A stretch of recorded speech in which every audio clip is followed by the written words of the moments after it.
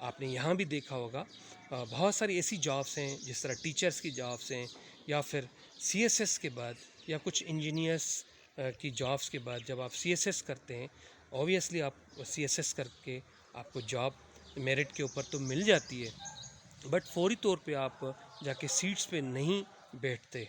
Obviously اس کے آپ joining کرتے ہیں، اس کے بعد آپ کو انٹرنل جو آرگنائزیشنس کا اپنا انٹرنل ٹریننگ ڈپارٹمنٹ ہوتا ہے، انٹرنل جس کو ہم ڈیولپمنٹ کہتے ہیں، آپ لوگوں کو پھر ٹریننگس دے رہے ہوتے ہیں کلاس رومز کے اندر، انسٹیٹیوشنس کے اندر.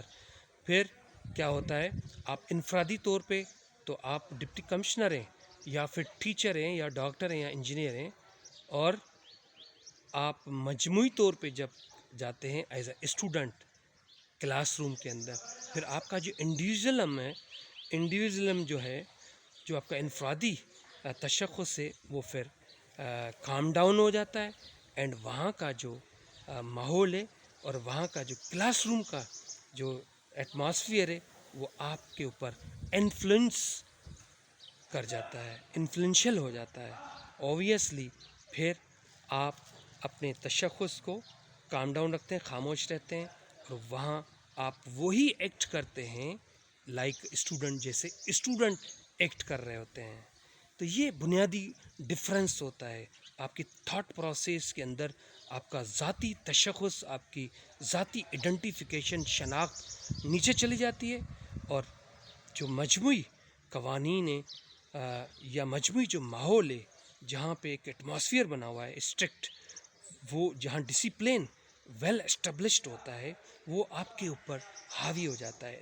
پھر آپ کی جو پرسنالٹی ہے کچھ دیر کے لیے، یا اس جو 2 گھنٹہ 3 گھنٹہ درمیان دورانیہ ہے، اس میں آپ نیچے چلے جاتے ہیں، اور وہاں کا جو تشخص ہے وہ اوپر چلا جاتا ہے. ایک وجہ یہ بھی ہے، رائٹ. اب کچھ لوگ اچھے لوگ بھی ہوتے ہیں، ان کی تربیت اچھی ہوتی ہے، اور اچھی ان کی ایجوکیشن بیک گراؤنڈ ہوتا ہے، جو کہ اپنے کنٹری کے اندر بھی، جس طرح میں نے بتایا، ضروری نہیں ہے کہ سب اپنے کنٹری کے اندر لا بریچ کر رہے ہوتے ہیں، قانون توڑ رہے ہوتے ہیں، نہیں. کچھ اچھے پڑھے لکھے لوگ بھی ہوتے ہیں، یا جن کی اچھی تربیت ہوتی ہے، وہ اپنے ملک کے اندر بھی جو ہمارے قوانین ہیں ان کو فالو کر رہے ہوتے ہیں، اور وہی باہر جا کر بھی اس چیز کو کیری کرتے ہیں، اور وہاں بھی فالو کر رہے ہوتے ہیں، اپنے کنٹری کے اندر بھی، اپنے ملک کے اندر بھی، اور باقی ملکوں کے اندر بھی. سو مجھے امید ہے کہ جو بنیادی سوال ہے کہ اپنے ملک کے اندر لوگ زیادہ قوانین کے اوپر پابندی سے عمل کرتے ہوئے نہیں دکھتے، اور باہر جا کر وہی لوگ چھوٹے سے قانون کو بھی فالو کر رہے ہوتے ہیں.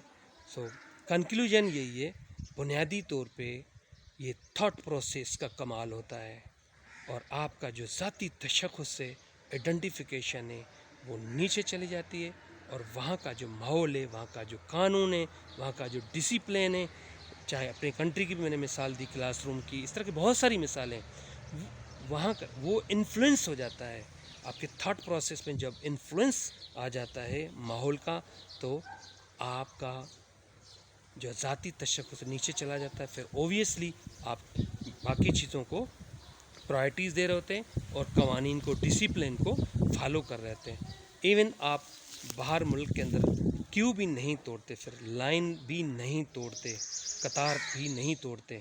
کیوں کہ وہاں کا ماحول اس طرح کا ڈیلی روٹین میں اسٹیبلشڈ ہے. اگر آپ لائن توڑ بھی دی غلطی سے یا ڈیلیبریٹلی، آپ بھلے ارجنٹ میں ہوں، چاہے آپ کے پاس ٹائم ہو، دین پھر کیا ہوتا ہے، ایک تو ان کی ٹریڈیشن نہیں ہے اس طرح کی، وہ پھر جتنے بھی لائن میں کھڑے ہوتے ہیں لوگ آپ کو اسٹرینج نظروں سے دیکھ رہے ہوتے ہیں کہ آپ نے کوئی اوڈ چیز کر دی ہے. اور آپ جب 4-5 لوگوں کو بائی پاس کر کے فرنٹ ڈیسک آفیسر تک پہنچتے ہیں، تو وہ فرنٹ ڈیسک آفیسر بھی آپ کو انٹرٹین نہیں کرتا. سب سے پہلے کہتا ہے اپنا ٹوکن نمبر دکھائیں، اور جب ٹوکن نمبر آپ دکھاتے ہیں تو پھر آپ کو پیچھے جہاں سے آپ آئے تھے لائن توڑ کر وہیں پہ کھڑا کرتا ہے.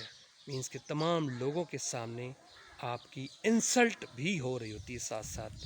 سو یہ بنیادی فرق ہے تھاٹ پروسیس کا. اس انسلٹ سے بچنے کے لیے بھی، اور جس طرح پینلٹیز کا بتایا، بھی لوگ لا کو فالو کرتے ہیں. سو ہمارے ملک کے اندر بھی بہت اچھے قوانین ہیں.